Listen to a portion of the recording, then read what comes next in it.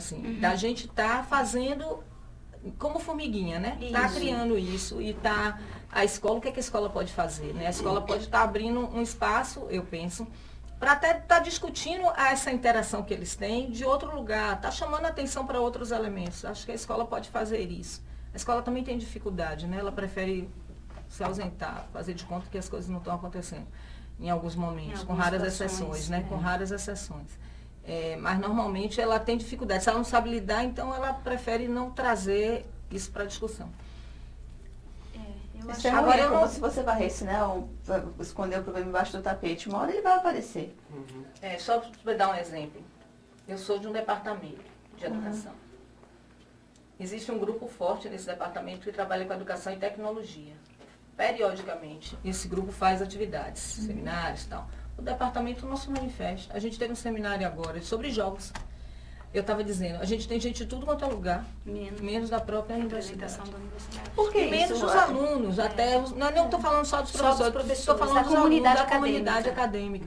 Então, quer dizer, é a dificuldade mesmo de lidar com isso. Quando eu fazia o doutorado, uma colega minha no corredor falou, mas como é que se faz um doutorado sobre jogos eletrônicos?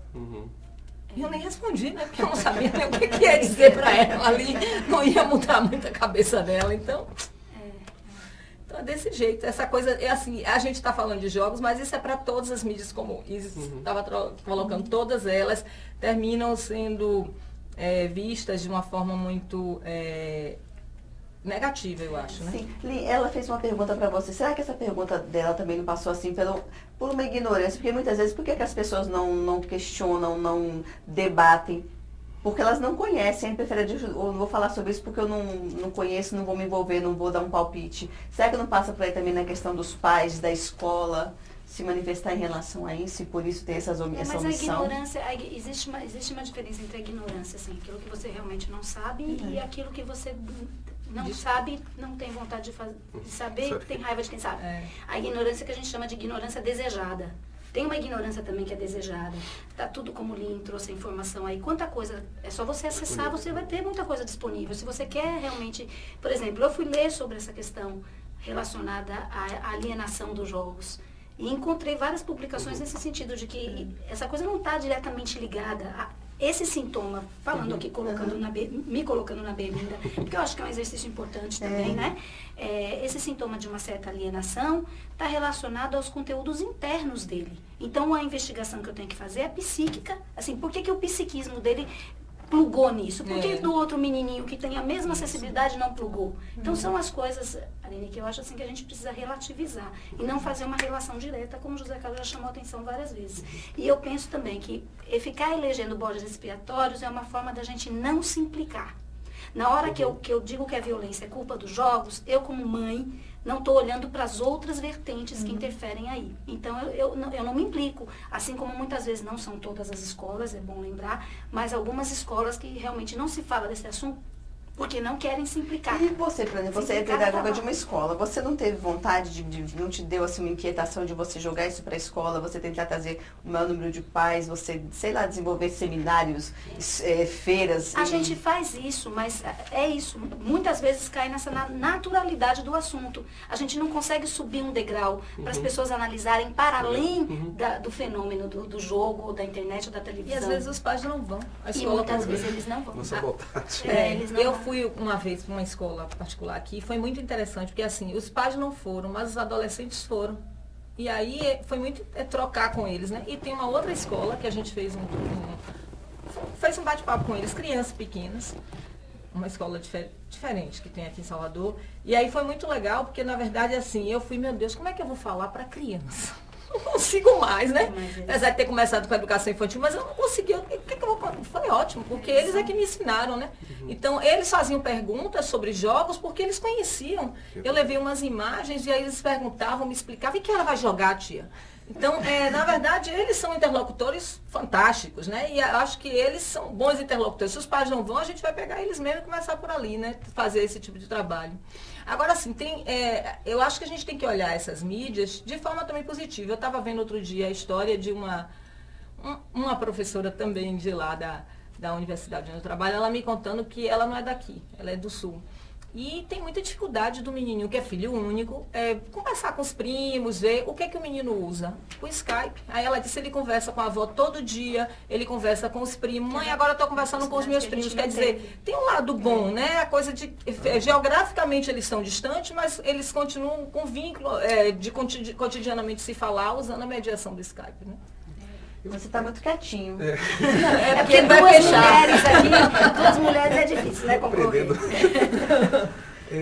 Assim, eu estava pensando aqui que talvez assim, uma possível resposta, não, mas uma possível resposta assim, que talvez possa ser dada para todas essas questões que nós estamos levantando é o seguinte, é que nós estamos passando por um momento extremamente crítico. Em que sentido? Né? Quer dizer, esse mundo contemporâneo é extremamente complexo, né, por si só. E crítico no sentido de que estão sendo solicitadas algumas respostas que talvez nós não estejamos ainda preparados para respondê-las. Né? Quer dizer, a partir do momento em que nós utilizamos alguns referenciais teóricos, metodológicos, que foram construídos em uma outra dinâmica, né, de vivência de sociedade, né, com uma dinâmica um pouco mais lenta, né, nas mudanças sendo um processo um pouco mais... sofrendo um processo um pouco mais lento. E que nós estamos cotidianamente nos defrontando com essa aceleração das coisas, né? E como dar respostas a essas questões? Quer dizer, ao mesmo tempo, nós somos solicitados, enquanto pais, enquanto professores, enquanto pesquisadores, etc., somos solicitados a dar resposta que nós não estamos preparados. A rigor, nós não estamos preparados. Nós estamos ensaiando determinadas leituras, nós estamos ensaiando determinados enquadramentos teóricos, metodológicos, né? No sentido de tentar compreender o fenômeno, mas talvez as nossas lentes sejam ultrapassadas. E isso é importante que a gente assuma também, né? Quer dizer, nossa limitação nesse processo. Nós estamos fazendo um esforço tremendo, né, para dar conta exatamente daquilo que está sendo demandado. Mas é importante também fazer esse exercício de não saber, né? De se colocar do eterno aprendizado, né? Porque de fato nós não fomos criados dentro de um sistema com teorias, né, propostas teóricas, leituras, etc., que nos desse sustentação para ter afirmações, para ter posturas mais categóricas de afirmação a respeito disso. É claro que nós estamos fazendo o possível, mas estamos tateando ainda, né? Então esse é o nosso papel. Eu acho que nós estamos... Por outro lado, assim, é extremamente crítico no sentido, né, de que traz uma angústia aí acoplada com esse comportamento, mas por outro lado também é extremamente rico. Quer dizer, nós estamos tendo a possibilidade de acompanhar esse processo, né, que talvez nem em outro momento a humanidade tenha tido tantas possibilidades de experimentação, de acompanhamento desse processo. E os jogos eletrônicos, a gente pode falar que é o vilão da vez? Eu acho que eles não são nem vilões nem heróis. É o que eu escrevi aí. Na verdade, eles têm... Tudo isso que a gente discutiu, tem um lado que é extremamente potencializador de aprendizagens e tem outro lado que você precisa estar investigando, vendo se para quê, e que vai depender muito da família. Porque é o que eu digo para as meninas lá, determinado conteúdo para essa família, até claro, tem a ver com os valores e tal, mas para outra não, né? É o que você falou, tem uns que não vão. Agora eu queria assim, que já está fechando, né, indicar um livro, que eu acho que essa discussão seria interessante, que é o Brincar de Matar Monstros, de Jones, que é um autor americano, e que ele vai estar fazendo uma discussão também, não só sobre os jogos, mas sobre a mídia de maneira geral. Né? Então, se a gente for pensar no nosso tempo, assim, que eu imagino que nós somos contemporâneos, tinha os desenhos animados, tinham cenas extremamente agressivas, e a gente via aquilo com naturalidade, não saímos matando, nem agredindo ninguém, e aí vai, né? Então ele fala desde os desenhos, aí ele traz alguns elementos interessantes, e ele entra nos jogos também. Acho que vale a pena para os pais que têm interesse em saber, aprofundar essa discussão, ler esse livro. Eu gosto de fazer, você quer uma pessoa mais tirana e vilão do que o Pica-Pau? Pois é, né? Tem aquele bip-bip que eu odiava. Vários. Eu fico vendo assim que a escola, ela às vezes pode...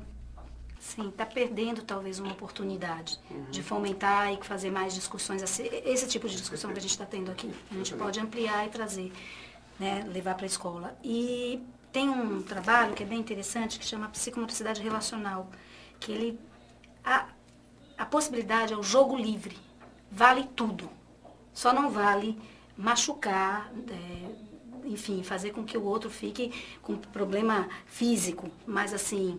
e agredir fisicamente. Mas você pode brincar de qualquer coisa num espaço livre com vários materiais. E a escola se utiliza muito pouco dessa possibilidade. Então, o que acontece? A agressividade dos meninos está